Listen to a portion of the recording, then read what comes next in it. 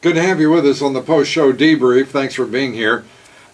Today we focused on what is happening with the new Obama Road show for Obamacare, and it is a tricky time for the president.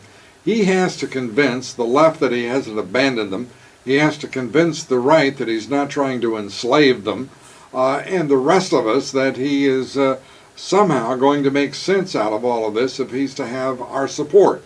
So far, we're a year into the process that was supposed to include, of course, diligent research and analysis. It was supposed to include public hearings across the country and great public participation, openness, and transparency, and it just hasn't happened.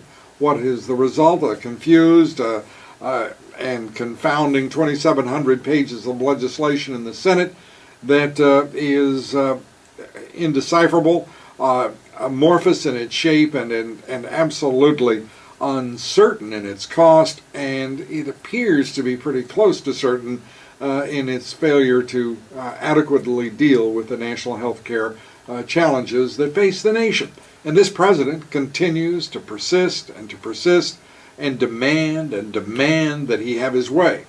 Frankly, it looks as though this president, who has to leave for Asia shortly after the March 18th deadline that has been set by this administration, it looks like he is in real political trouble on this, and now he's demanding that legislation be here by March. He has run the risk of both being less than transparent and open, but now he is becoming excessively demanding and, frankly, exhaustively tedious.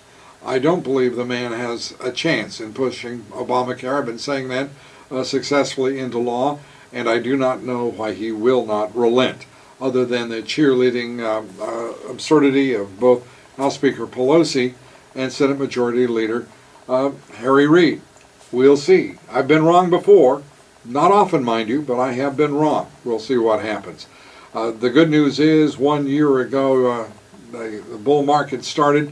We are now looking at a Dow Jones that's more than 60% higher, a NASDAQ index that is 80% higher. Let's hope this bull market can continue for a while and not tire too quickly. We're also going to be focusing in the coming days and weeks not only on Obamacare, but on the other trappings of power that is being employed to create cap and trade, and focus on what is going to be required to instill new vigor in this economy, to tap into the resilience of the American labor market and this economy, and see how we can build a prosperous future for the country, because that is the stuff of which the November elections will be built. Thanks for being with us. See you tomorrow. Thanks for joining us here on the Post Show Debrief.